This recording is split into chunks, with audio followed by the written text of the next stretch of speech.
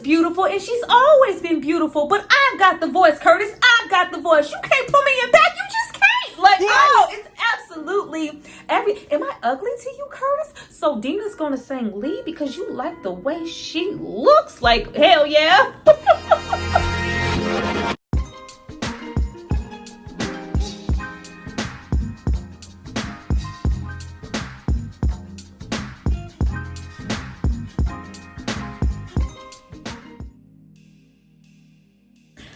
Guys, welcome back to my channel. It's Tyra here with another struggle review, here to discuss Dreamgirls. Now, this movie is from 2006 and it stars Jamie Foxx, Jennifer Hudson, and Beyonce. Now, before we get into all things musicals, I need you guys to drop down and subscribe to my channel and like this video. I'm going to give you guys a moment to do that. Then we're going to come back and discuss. And it's hard to say goodbye, my love. It's hard to see you cry, my love. Hard to open up that door when you're not sure what you're going for. Bam! Turn to the side. Bam, bam, bam, bam, bam. Give a little shoulder. Dun, dun, dun, dun, dun, dun, dun. Go back.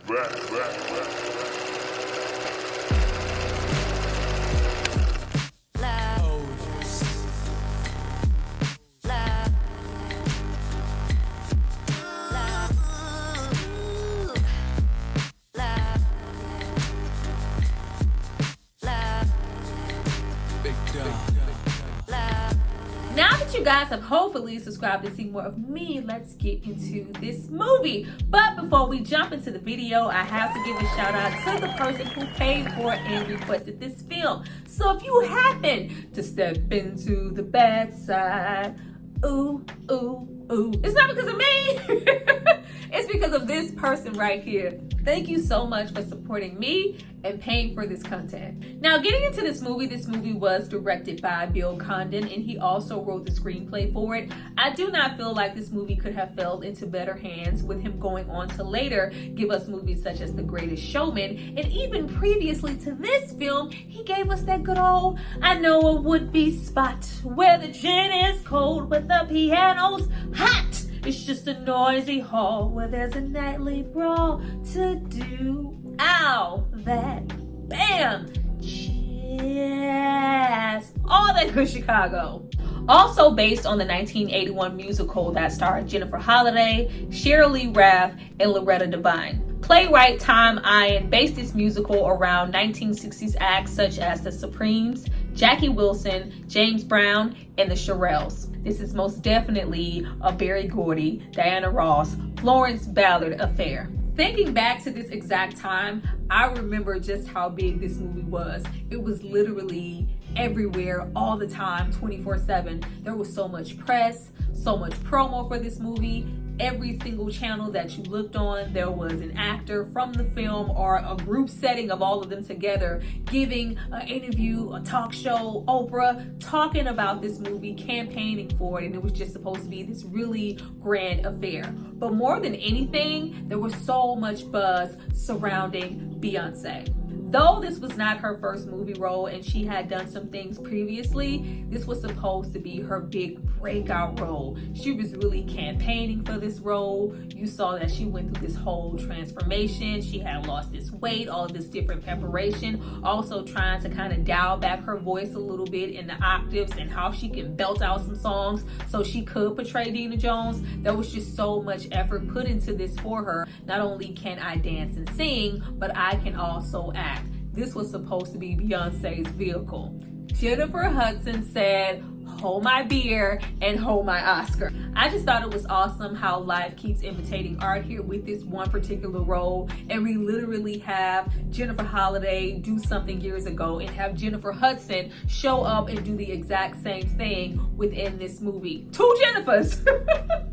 Way back when The part as far as Effie and Jennifer Holliday is concerned was supposed to be a bit part, a small part. It was never supposed to go beyond a certain scene in singing, but the audiences loved her so much in her performance, people started to flock and come to see her, which made, the creator add a little bit more to her character, give her a whole lot more screen time, really make this about her. However, Beyonce believed with how established she already was as an entertainer, the movie would naturally gravitate towards her, and so would the accolades. Whereas we have Jennifer Hudson, she had only done American Idol. This was her first movie, and she didn't even make it as a finalist on that show.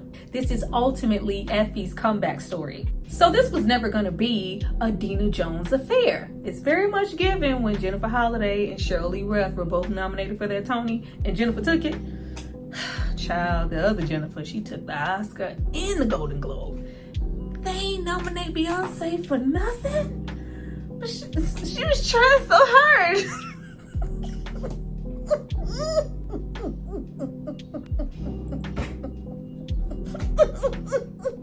This has to be one of the best musicals translated to film that I have ever seen, but I feel like it's rarely mentioned in the conversation. Not that it's totally forgotten, but it's not spoken in the same breath as Grease, West Side Story, Chicago, Hairspray, even though it has a lot of great qualities. Above all else, we need more recognition because this is an all-star, fully black cast movie that was really expensive to make at the time.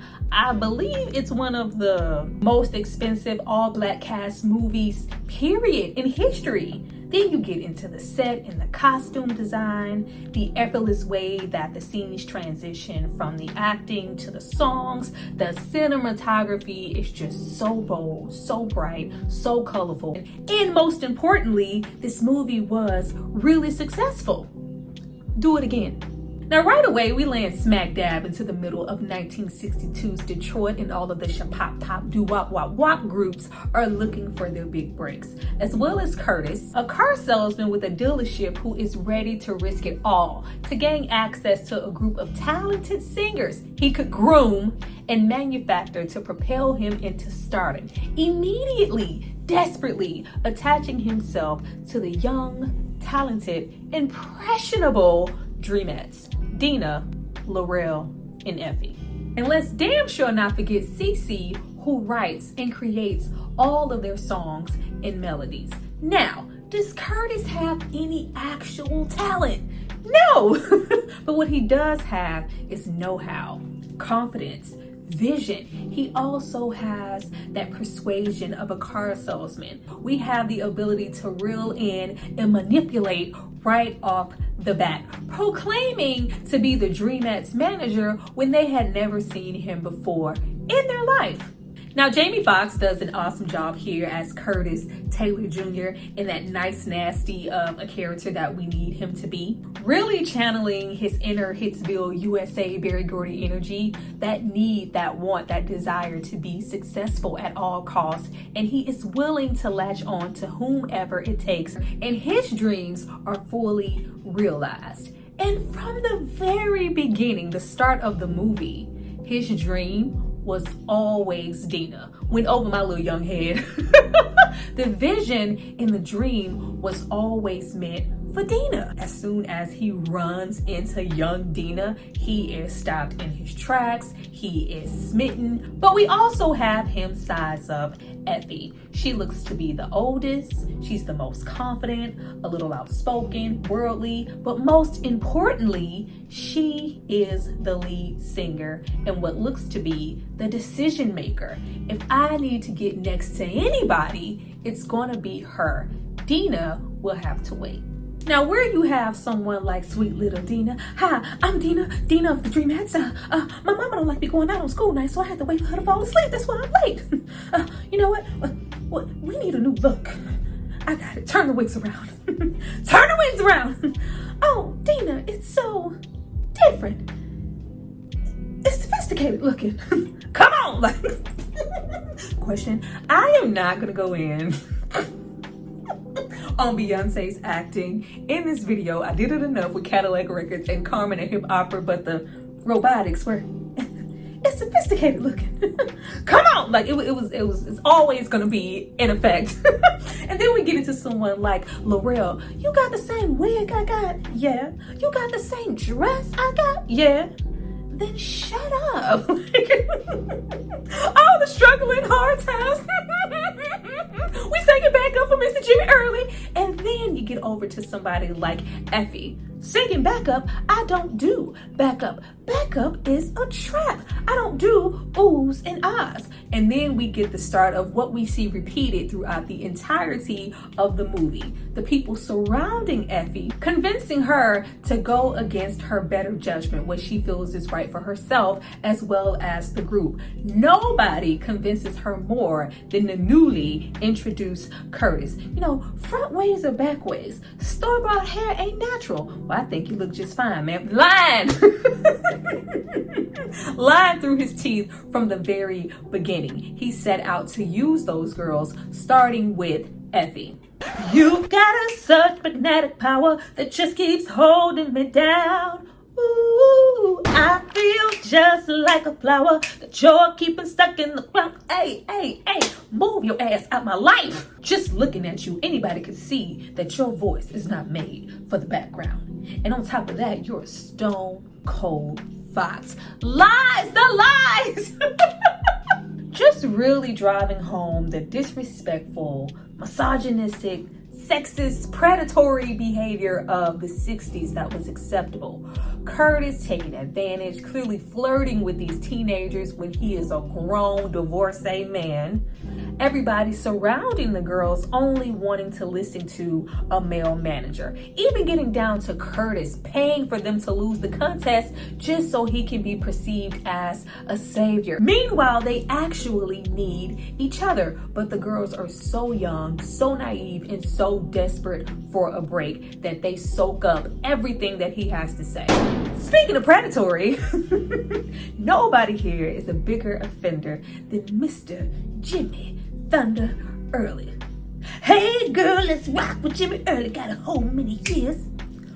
Mercedes Benz. I could wake up tomorrow and find nobody there, but Jimmy won't mow. Jimmy won't mow. Jimmy won't. Ow! Jimmy want a rib. Jimmy want a steak. Jimmy want a piece of your chocolate cake.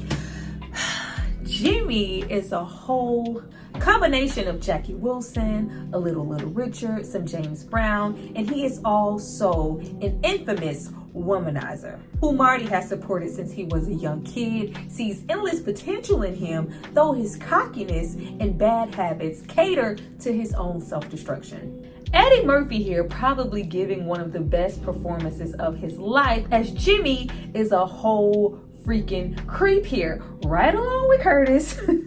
Jimmy sets his sights on the young, shy, giggly L'Oreal. Though married and a serial cheater with many women to spare, Jimmy feels like it'll put a little pep back in his step if he can claim 15, 16-year-old L'Oreal's virginity and virtue. Trash.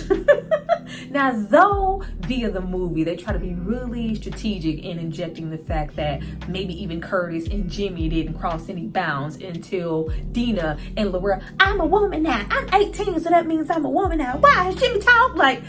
Still trash. Don't be trying to give me that. Absolutely trash. The scenes that I found to be funny, that back there is Harlem. This here is Hollywood. And you ain't welcome in Hollywood. Girl, where were you to put your big foot down when we needed you to?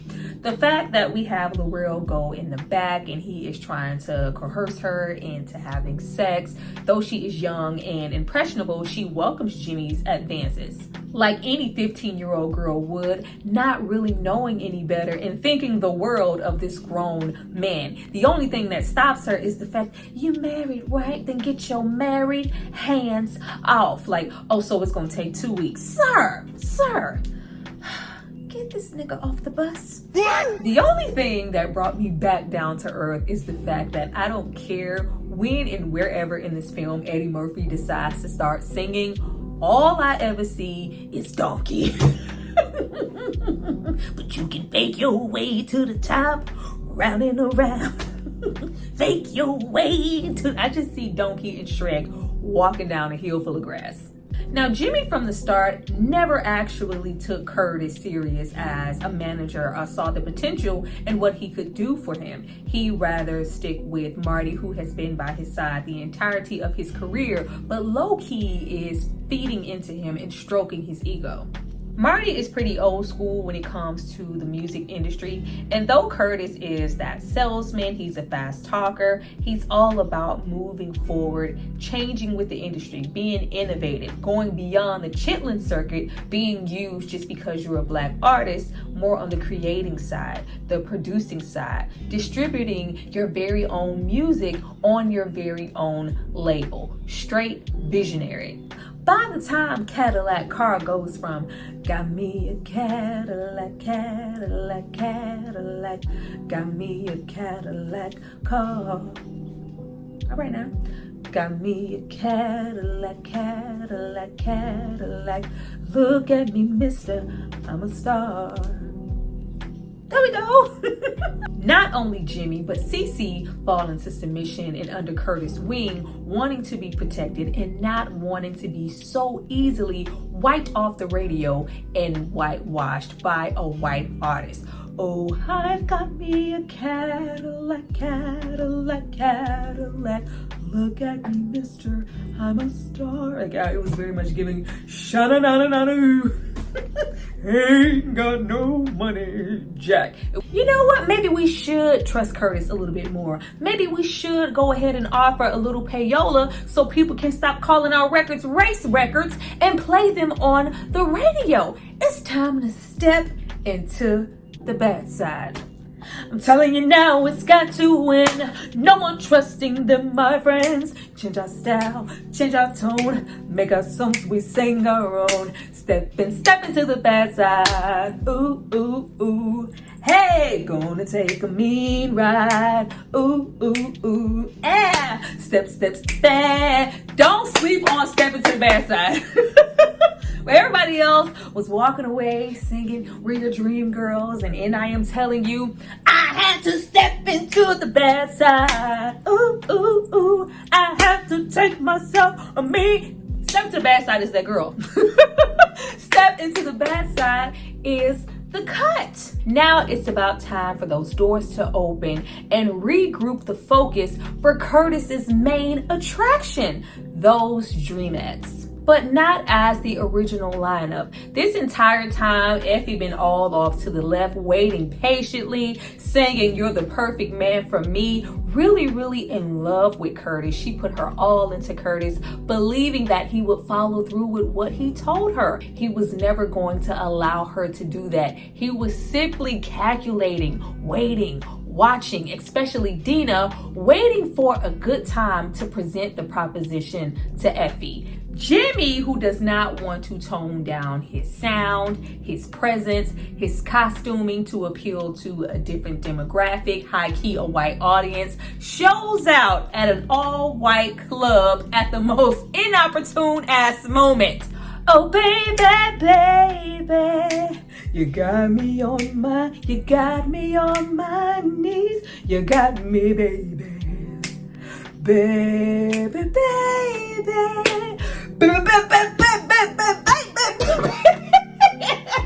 Oh yeah.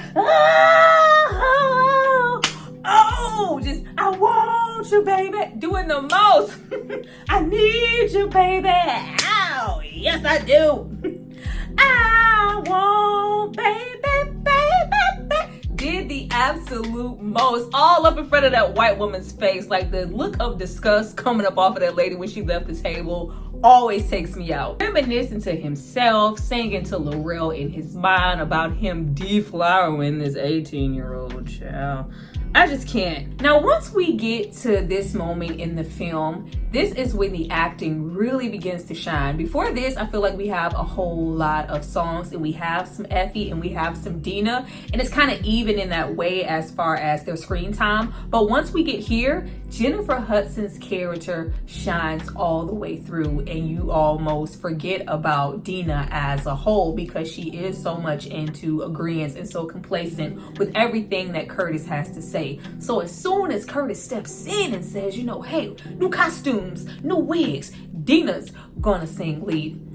Dina's gonna do what? Dina's beautiful and she's always been beautiful, but I've got the voice, Curtis. I've got the voice. You can't put me in back. You just can't. Like, oh, it's absolutely am I ugly to you, Curtis? So Dina's gonna sing lead because you like the way she looks. Like, hell yeah. I just really love the scene as a whole because it says so much about their dynamic. Of course, you have Laurel in agreement with everything. You know, what's so wrong with singing back up with me? Let Dina do all the work. And then you have somebody like Dina who really hasn't found herself or her voice yet. So as soon as Curtis puts the opportunity out there, I can't, Curtis, she's right. Be quiet. Y'all gonna do what I tell you to do. Dina does not say another word. She listens to Curtis from the very beginning. And then you have Effie. What about me? What about me? What about how I feel? It's more than you. Cece, what you gonna do is get your ass out my face. What you gonna do is get whatever dreams we have, they're for the family. Don't come over here in my face with that family tree shit, Cece. All the lies, all four of them gaslighting her to be in agreement and just comply with everything, still feeding her that crap like, so don't think you're not going anywhere. You're staying and taking your share. Like, you can't stop us now because of how you feel. I feel like you need to back the fuck up, Cece. Dina was always the ultimate choice as far as Curtis was concerned. She wasn't self-aware and opinionated like Effie, not only as a person, but just in the group as a whole. He could mold her and he could control her. We are growing free, we need you. Oh, Cece pissed me off in this movie. Cece, more than anybody, you are my whole brother. Like, the way he linked on to Curtis so much in that moment and just blatantly forgot about his sister for like a whole decade. By the time we get into Will Your Dream Girls, boys will make you happy. Mermaid dress. Yeah. By the time we get there, I feel like Dina and Beyonce and what she wanted to have happen with her role is completely undercut because we kind of have her fall into what we already know her for, her being, you know, the main attraction, doing all the singing, being in the middle, and we have a whole lot of songs at that moment. The dreams are more successful, and the more and more successful they become, the further and further he pushes not only Laurel, but mainly Effie into the back. You used to be so light and free. You used to smile just looking at me. Now all you give is jealous hate. Come on, who you calling heavy? That's what I want to know. Who wrote that? CC, you was writing all the tools. Who the you calling heavy? Rightfully so, all of this deep-seated resentment and hatred grows within Effie to where she is not cooperating. She is singing over beats, trying to dilute her voice so Dina can shine. I love the way that they were trying to like tone down Beyonce's voice. Like, she can't blow. She's wet, Curtis. I can't. Like, girl, you know you be singing. Question. She be singing. But that just goes to show how committed she was to the role. But even when we get into Effie, none of the little sly comments towards Dina before they even had any of this happen got, you know, past me, kind of insinuating that Dina was a little skinny little Tweety bird, a little skinny miss thing here, or a full-figured thick woman like myself, like all of those little sly things. So by the time you sleeping with her and everybody knows it. I love how Dina was perceived all wide-eyed and innocent, like she didn't know any better, and I didn't know I was doing anything wrong. I didn't know Curtis was with you. Like, girl, try that with somebody else. But even getting into their age and them never really being around any other freaking man, constantly being on the road and trusted to somebody like Curtis, this is all that they know. So why wouldn't she fall into the deception of being with Curtis, knowing that he was with Effie? Be that as it may, Effie, take all of that hatred up. You stole my dream, Dina, and you stole my man. Take that up with Curtis and his finger waves. Like getting into Jamie Foxx in that wig. And I couldn't understand how we couldn't get that wig to lay down right in the back in 2006. But in an NBC TV miniseries, The Temptations movie 3-part, we could get Paul's and everybody else's Otis to lay down with ease. Stay on, yeah, just a little bit longer. Come on, Paul, that wig was laying. Please, please, please, please tell me you're going to just a little bit. It was laying. We could not get Jamie's to lay down properly every single scene for nothing. I love every single scene that Effie challenges Curtis. Oh, what? You better stand down. You better get back there. Oh, what? What exactly are you gonna do? I didn't think so. Like, absolutely love it. He never wanted to be with Effie. It was always about the more submissive Dina. By the time she realizes that she is with Chow, and this is why she has been moody, even without that, she had every right to feel some type of way. All of you, not even just Curtis, all of you promised me something. I entrusted all of you as my family and my man, and y'all all turn on me? The way that they turned on her and were so eager and ready to replace her, so easily transitioned into Dina Jones and the Dreams. Like, oh, you about to push me in the back? Just all of the energy that they were giving her. Like, oh, we just so sick and tired of your ass. Like, wow. It's just really disgusting to watch now. Like, you've been later and later and getting fatter all the time. Like, you're lying. Nigga, I've never been so thin. I love that the diss in that moment is she ain't nothing but common. That's a commie. She ain't nothing but a common bitch. She ain't nothing special. She ain't nothing but common. Like, yes, come on with the insults, Effie. But the person who pissed me off the most in that scene, you already know who it is. Lay off, Effie. Just take the money and run. I knew I should have kicked you off the bunk bed when we were smaller, CC. I did. Lay off, Effie. This time you know what you done. What I do, CC? What I do? What about what you guys promised me? What about everything? I ain't yell stand up more than anything. More than when we get into the song, and I am telling you, we're part of the same place. We're part of the same time. We both share the same blood. We both share the same eyes. Like, this man don't give a damn about you. Curtis did not care. And the end, I am telling you, was not as powerful for me, like as a kid, as it was now, because Effie is straight up begging, like, be with me, choose me. I'm not waking up tomorrow morning and finding that there's nobody there. Girl, stand up. What are you talking about? You are very, very pregnant at this moment, which low-key means he was sleeping with you and Dina at the same time.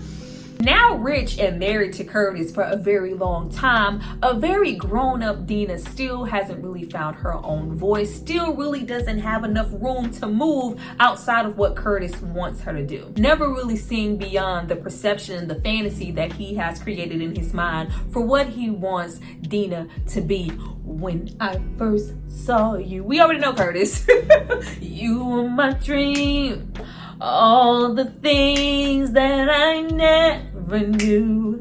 You were my dreams. Who could believe they could ever come true? You better sing, Jamie. Dipping in the bins with me, baby. Sipping on some Hennessy. Come on now. I'm lacing you with diamond rings. It's you and me, just you and me. Cause if I'm not at home, ow, come on now. Just leave a message for me. I'm trying to leave with you. So we can hook up tonight. Act like y'all weren't watching the episode. Meanwhile, Effie has literally lost it all. She is jobless, struggling, and a single mother. Magic, read your book. Magic, read your book takes me out every single time. Magic doesn't have a father. Like, oh, the struggle was real. Broken down, raising Curtis's daughter all by herself, no longer singing, and cutting off communication with everybody, especially her own brother Cece. Everything for the label takes a whole entire shift once Jimmy dives even more into the drug, realizing that Curtis and nobody else is interested in his comeback, and his relationship is also slipping with Laurel. 12 years of unmarried life. Child, when we have Laurel completely upset, like, you telling me your wife's out there? Like, not you getting mad because his wife showed up to support him. Like, girl, you a side female.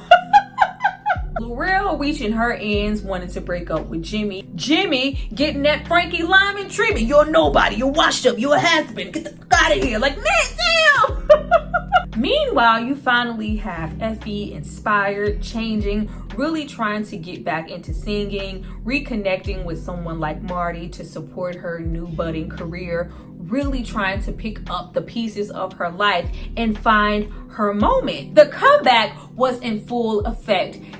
I get mad every single time CeCe only goes to find and contact his sister once he is at his wit's end with Curtis. Of course, at this point in the movie, everybody's a little broken. Jimmy has passed away. It's just like, you know what? I just can't do this anymore. You've changed too much. I don't want to be associated with this. Let me go find my sister. Like, oh, no, still over there. Still over there, man. Like, yeah, I got a song. Effie is good, but only if you sing it. You know, I need, no. The forgiveness was outside. Was the song good? Absolutely. Did Effie tear it up? Absolutely. When Curtis called himself trying to step on Effie's career and have Dina in them dreams pull up with a disco rendition of One Night Only, sit down.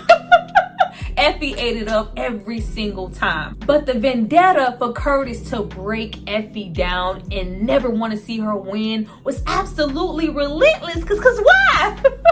Why? Like, how dare you challenge me? How dare you give me all this pushback as a man? How dare you act like that when I presented y'all with this opportunity? Like, no, I don't want to see you shine ever, even if it's 10 years later. With me getting all into Effie's comeback, I just couldn't get into Beyonce as Dina. The robotics started to show up again. Curtis, let me have your child. Like, oh, you sure?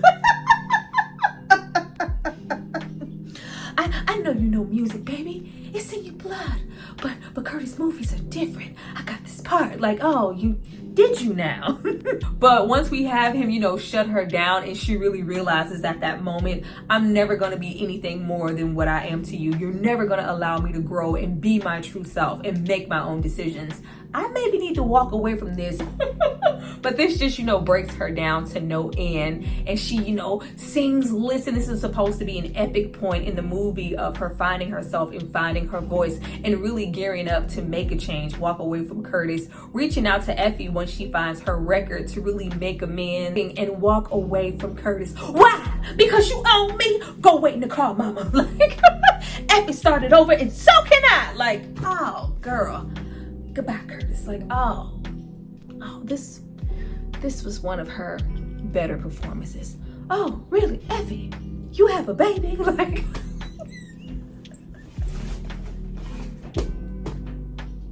Magic's not really a baby. She's 10 years old now. Like, oh, I'm putting two and two together. She must be Curtis's child. When this whole time I wanted him to give me a baby. Question, like, oh,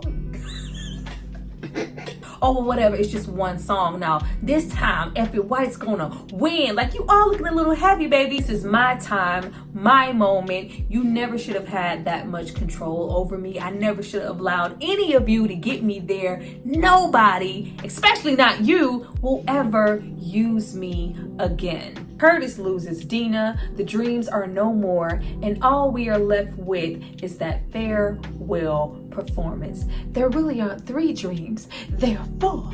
That final moment of Effie finally coming out and getting her just due. The 3 ladies backing her up and her being so grand on that stage, so beautiful. Finally, within the dreams, the center of attention in a way that she never was when they were together. And then you have that oh so oop moment where Curtis is hating and realizes, you know what, that little girl kind of have my nose and my cheekbones. Makes his way all the way down to the crowd and really eats all the crow in the world to know that you treated this woman this way. You tried to stop her at every single point of her career to only have her raise your daughter solo alone this entire time. It's beautiful. Jennifer was giving it. Never understood why her solo singing career did not go anywhere. I understand, that she found her footing, with things like Broadway or even acting in movies. I believe now she has a talk show. But, I don't like living in the spotlight. All those little Think Like a Woman, all those songs that they were giving her at the time when she was trying to be an artist were just absolutely trash. Jennifer needed that good Whitney Houston ballad treatment. We needed her to belt out some songs. But there will never be a time where you're not gonna go back and enjoy Dreamgirls. It just has so much rewatch quality. I was having a good time with this film. I hope you had a good time with this review. Well, you guys, that was my review for Dreamgirls. I hope you enjoyed it. Please drop down and tell me if you did. Like, keep on playing, acting like CC, not pulling up when I need y'all to pull up. Trying to pull up all late after the fact. Now I don't need you to pull up no more. Be sure to like, share, comment, subscribe, all that good stuff. Help your girl out in this good old YouTube algorithm. I see you guys next time for my next review. Bye.